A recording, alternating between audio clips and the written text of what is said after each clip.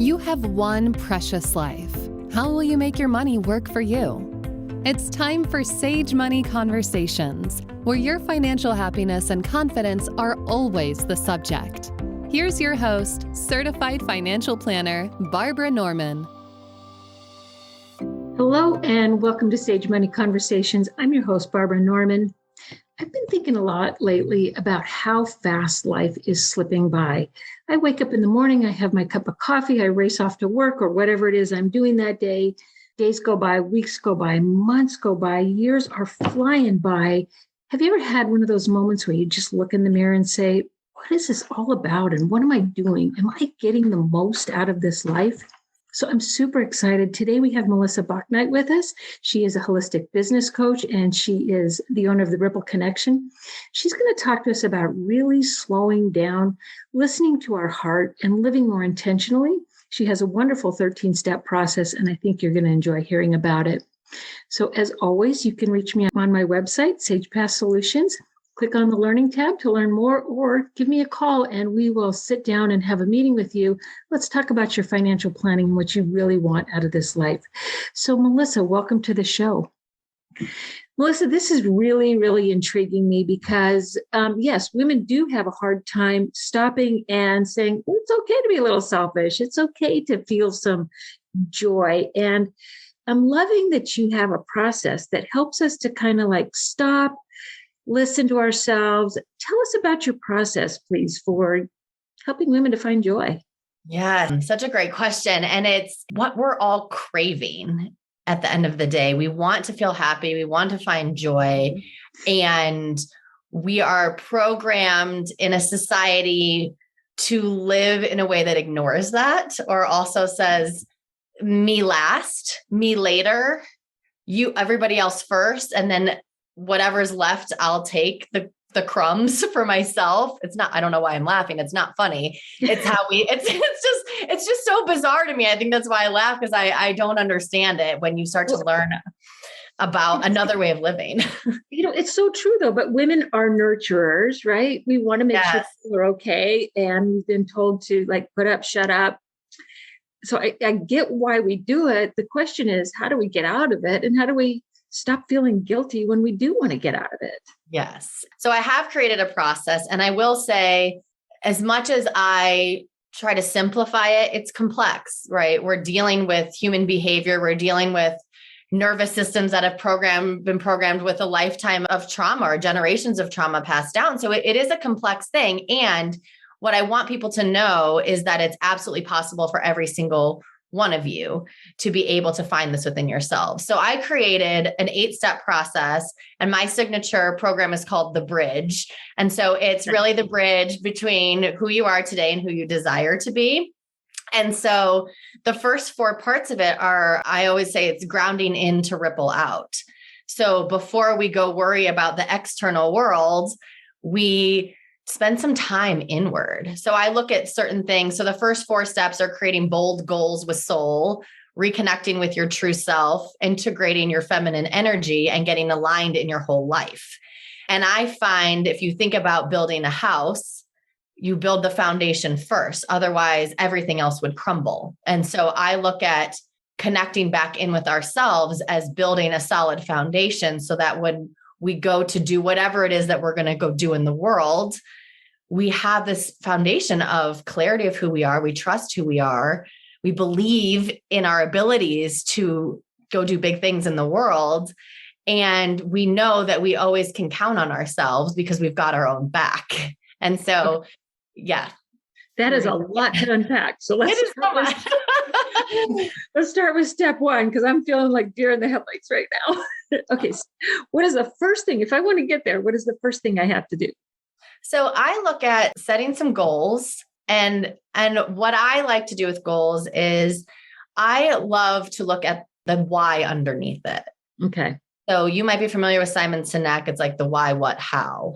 So really focusing on what's the intention here before just getting rigid about like, I've got to get this number at this time and this way, and this is my system.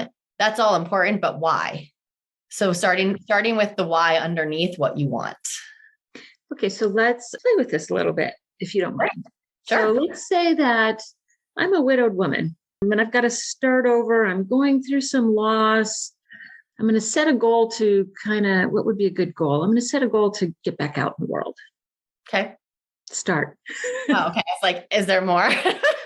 I'm trying to think like, what would that be? Or even like for a divorced woman who is now, maybe lost a home, maybe lost her home. She's got to start over with, half the assets that she had before, or probably less than half because the attorneys took their share.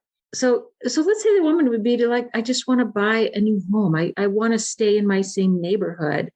That's a goal. And maybe it's a lofty goal. Yeah. So I would look at having her reflect on, depending if you're doing internal reflection or working with somebody, talking through it, why is that important to you? Right. So if you can look at your core values, right? Well, my husband and I were just talking about this over lunch today. We are lived in a neighborhood that we are right next to a mountain. So being near nature is really important to us. Having community is absolutely number one. So what kinds of people are in your neighborhood? Who do you want to be surrounding yourself with? And, if they have children, do you want people that can help you raise your kids, right? If you don't have family nearby. So what kind of support do you want to call in? So taking a step back from the logistics of it and really getting connected back in with that desire of why is this important and what specifically will bring you joy to be in that neighborhood. You know what? I love that. And you just answered the question for both the widowed and the divorced woman. I mean, even if you're widowed, it's like redefining those things for yourself, because maybe you lost it, or maybe there's something new in store of, yes, I need to connect back into my community. I need to figure out what's important and, who's going to be my tribe? Who am I going to celebrate life with going forward? Right. That's awesome. I like that. Thanks. Yeah. Because I think, so often we think we're supposed to do it alone, or we're supposed to be able to do it alone, or just within our family unit. So if that family structure shifts, who are we going to call in? Because we cannot, and I don't like the word should, but we should not do it alone. Yeah. We should have all the support we can possibly call into our lives. Yeah. And I think even after COVID, where we kind of all had to do it alone, we all had to stay home. It's kind of hard to regravitate our brains to a place where it probably wasn't solid to begin with. Right. Okay. So we're going to tap in. We're going to look at our goals. We're going to figure out why it's important or what's important to us. What are our values in that? What would be the second step in your process? Then I would have her, first talking about that specific goal, I would decide a kind of when, right? When would you like this? What could it look like? So start to get that goal to take shape, right? So now all right, well, community, nature, having, other families. So whatever that is for you. Okay. So then let's kind of hone in on when, right? Like, okay, do you want that in 6 months? Are you looking for it now?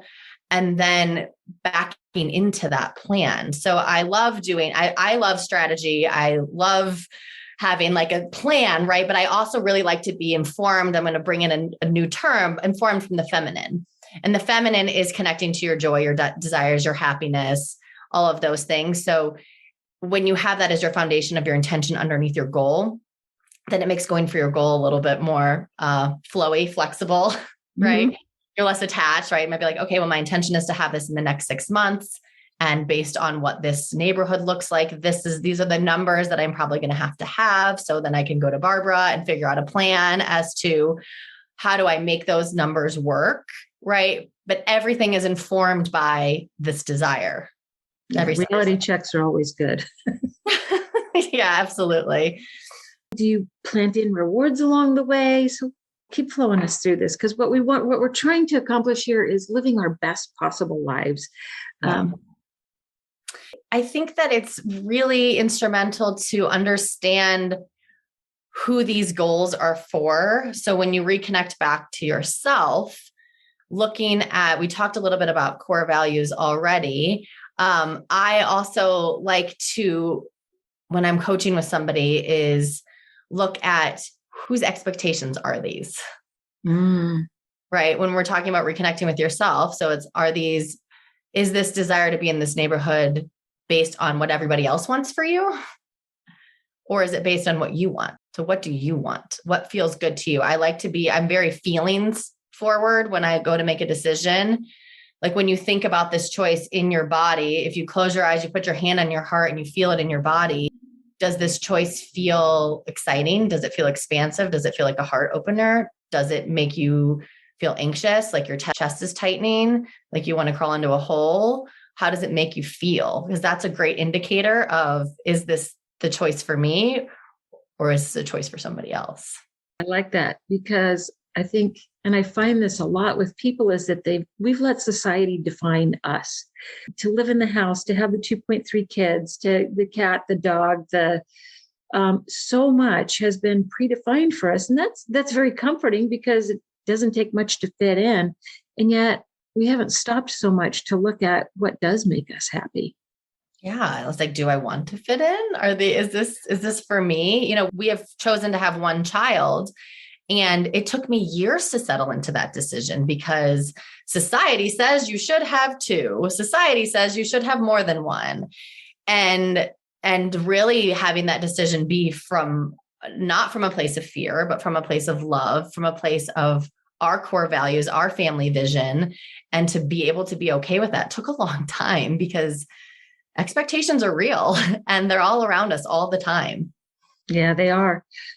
It's funny. Last night I was sitting with kind of a friend and a client, and we were playing with some values cards because she's at a transition in her life. And it was really fun as we started laying the cards out and she'd look at all the values and, some went away, they were obvious. More went away, they were obvious. But then when she had to really start struggling with, okay, I can only have 3 or 4 of these cards at the end of the day. What am I going to get rid of? And it was hilarious because what I saw go out the window was all of the expectations of who she should be as a woman, all of the expectations of who she was supposed to be as a mom, all of the expectations about who she was to be in society in terms of giving back. And it was like, and what she ended up with in these cards, it was the best thing I've ever seen. It was laughter, humor, beauty, and independence. Like she threw everything else out. And it was like, this is so great. So great. Well, have you read the book? I look over because I had the book sitting next to me, but Untamed by Glennon Doyle. Oh, I love that book. It's that book. It's this women giving themselves permission to really take a step back and look at that. Like, humor? Absolutely. Play? Yes. Like joy for sure. Like, let's put beauty that in our lives. Yes. You were talking about something earlier in our conversation, and I'd love to hear more about that. You were talking about the masculine and the feminine sides of women and how we've kind of lost our creativity and the most beautiful parts of ourselves. We don't pull out enough. Talk more about that. Well, so one of the foundational pieces of learning more about your feminine energy is actually taking some space, slowing down, which I know when I was first told that I had a coach once tell me that I want you to only do the bare minimum of productivity for 30 straight days. It felt like the worst possible thing somebody could say to me because I was a productivity junkie at the time. And so in the Western society, we're trained to go, go, go, go, go all the time, to be busy. It's almost like busyness is a trophy that we get to wear. Like, I'm so busy, right? I'm so busy. And that if we don't have every moment of our calendars booked up, then there's something wrong. And it's generally, if you zoom out from that, it comes from a place of trying to prove your worthiness, prove that you're enough so that we can earn love. Mm-hmm. Just like when you're a little kid, right? And so some of the characteristics of your feminine energy are nurturing, creativity, tapping into your intuition, kind of that inner wisdom, right? Actually allowing yourself to feel your emotions, to turn to your body for answers and to slow down. And it's so many beautiful parts of ourselves that actually are at the root of joy that we are just ignoring, or we've been trained to think that they're not valuable. Yeah. And all of those items that you just listed off, I mean, we really do have to slow down in order to feel those. Yeah, that busyness keeps us from it. Right. So for the woman that's setting the goal of buying a house, who's gone through a life transition, if she's in a whirlwind of activity and doesn't have a moment for herself, it's going to be really difficult to have clarity around what she wants. right? We've got to get out of create a place of calm, get out of that chaos, even for just small moments of time. I always say, start where you are. If you can get 5 minutes of peace a day, start there, right? This is not about you need a 3-day silent retreat. It's truly let's live in reality. Where are you? And what feels possible for you right now? So you can get those moments of calm to be able to start to tap into these parts of yourself that have been ignored for so long. I'm curious about something. I want to go back to, you were talking about working with this coach who said, be the least productive you can over the next 30 days. I know I am thinking, oh my God, no. And so I'm sure our listeners are thinking that would never work for me at work. How did that work out for you? Well, there was a blessing in COVID shutdown about 2 weeks later. So the whole world did that together. So there was a gift in that where we all were invited to slow down and look inward. And I felt very fortunate that I got to do this with the whole world and that it wasn't something that I had to force myself. I mean, it was still very uncomfortable. And what I realized is that I loved it. I loved a slower pace. Mm-hmm. I loved feeling like I had a say in how much I was being outward with myself. That was the key for me. I had just always, it's like I'd always been this way. Mm-hmm. I'd always been outward. I'd always been busy. I'd always had a full calendar. And it gave me a chance to take a step back to look at, do I really like that? Do I want to keep doing that? I'm going to be of choice in this now. So I think that it's uncomfortable. I mean, I was given a gift of the timing of that request, and I still make it of my clients because I have never said those words, but I will say, we need to figure out a way to help you decide what you need to keep doing in your life, right? What is a cup filler or what is depleting you, and how fast of a pace do you actually want to be moving? And you know what, that is so interesting because I'm finding now as we are getting back out of COVID, my calendar is filling up so fast. Mm-hmm. And I almost don't like it. And it's like, okay, where is the practice of saying yes, no, prioritizing, not leaving people out that maybe I shouldn't be, or where does that practice? Yeah. So what's some kind of solid advice that you give to people for saying we need to stay slow?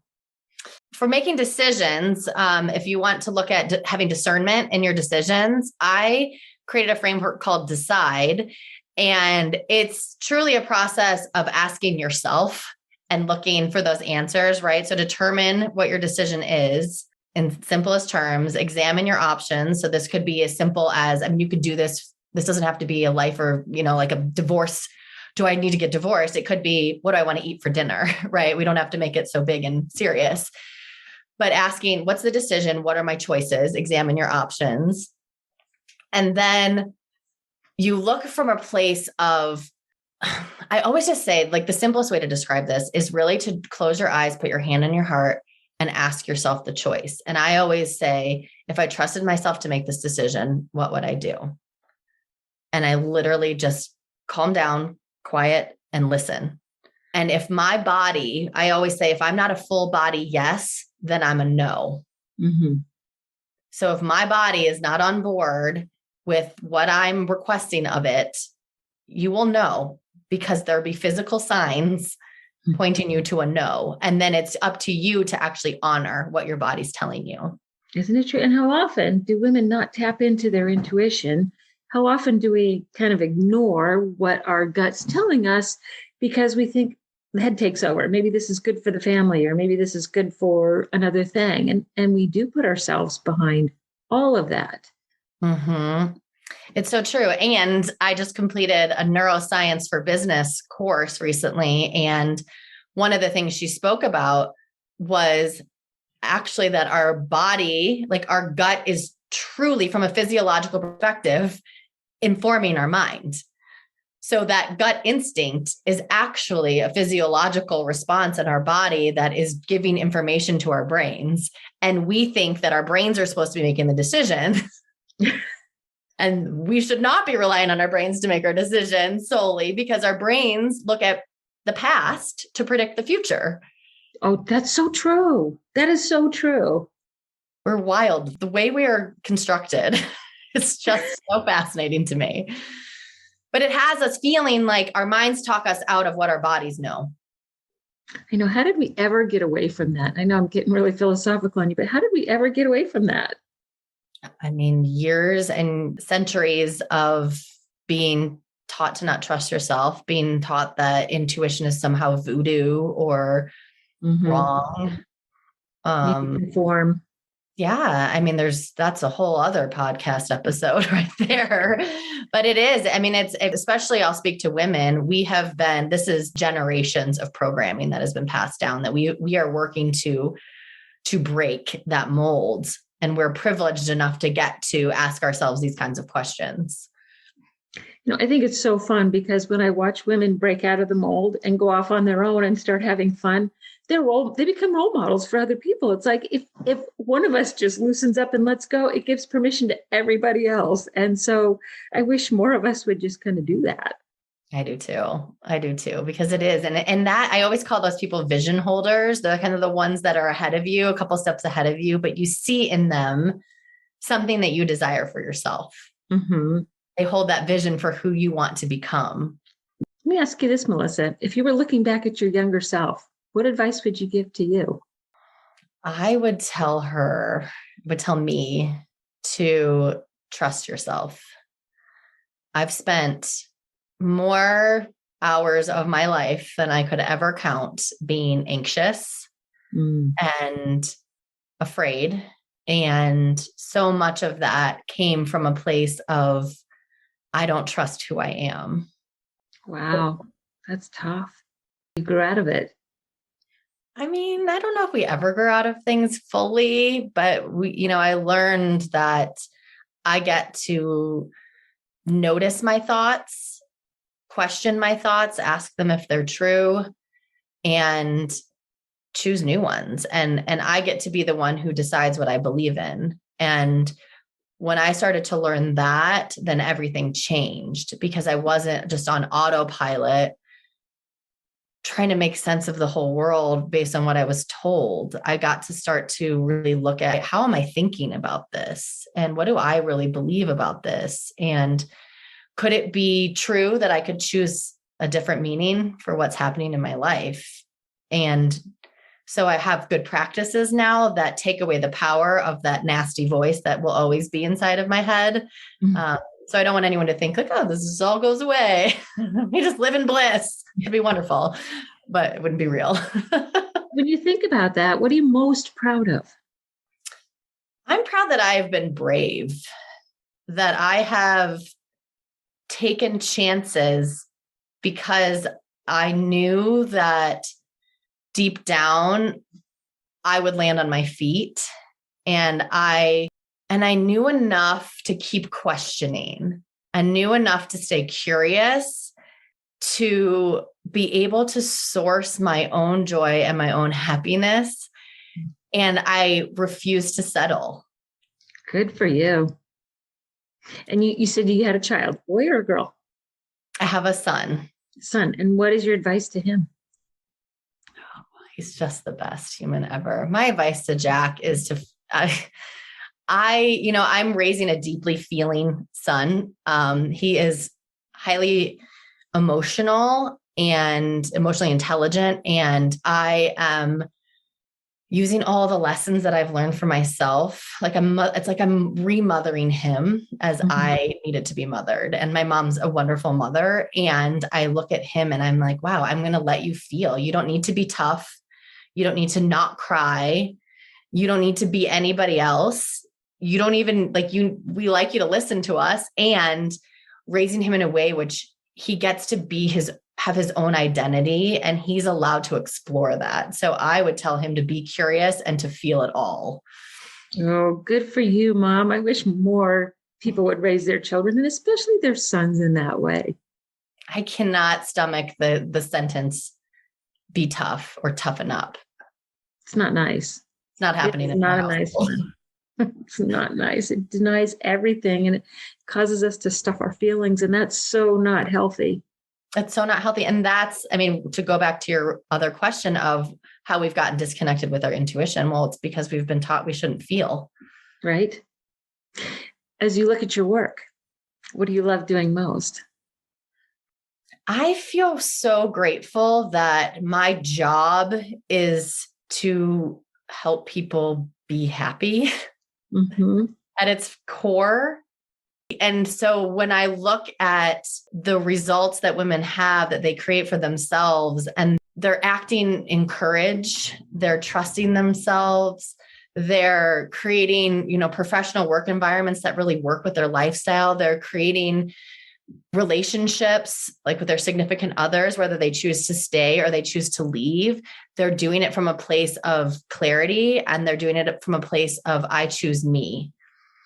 And so watching women claim themselves and love themselves is the most incredible. I can't even believe that I get to do this job, honestly. Like I every day I'm like, there's a lot of things, you have a lot of things in your job that you got to deal with the technology and all that. But like at the core of what I do, I'm like, how is this a real job? This is so great.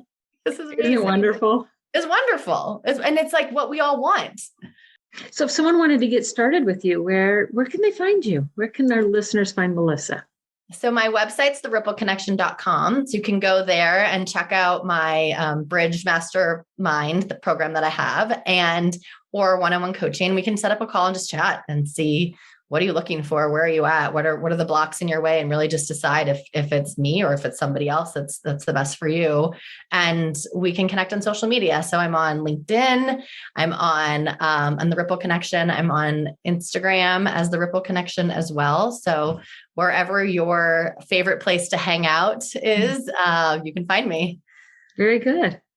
Any little tidbit of advice you want to leave for our listeners? To not give up.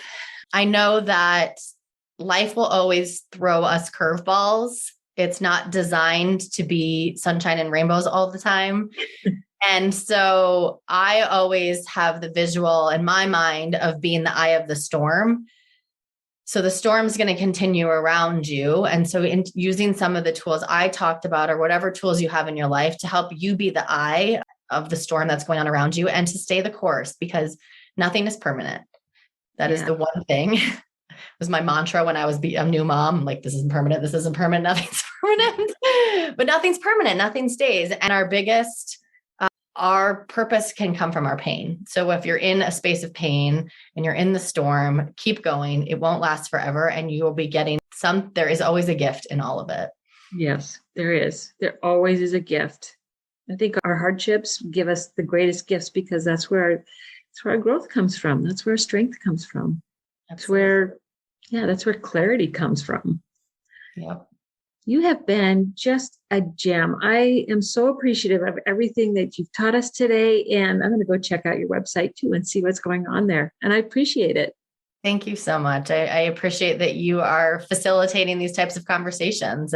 We need to be having these kinds of conversations. So I appreciate that you're doing this too. We need more happiness. And it's amazing to me that it eludes us the way it does. And so, yes, giving herself permission to move forward is, like you, it's my mission statement. I love it. Well, thank you for having me. Thank you. Advisory services are offered through Barbara J. Norman, LLC, an investment advisor in the states of California and Texas. The information contained herein should in no way be construed or interpreted as a solicitation to sell, nor an offer to sell advisory services to any residents of any state other than the state of California, or where otherwise legally permitted. All content is for information purposes only. It is not intended to provide any tax or legal advice or provide the basis for any financial decisions. The information contained in this material has been derived from sources believed to be reliable, but is not guaranteed as to accuracy and completeness and does not purport to be complete analysis of the materials discussed. The opinions expressed do not necessarily reflect those of SagePath Solutions and are subject to change without notice.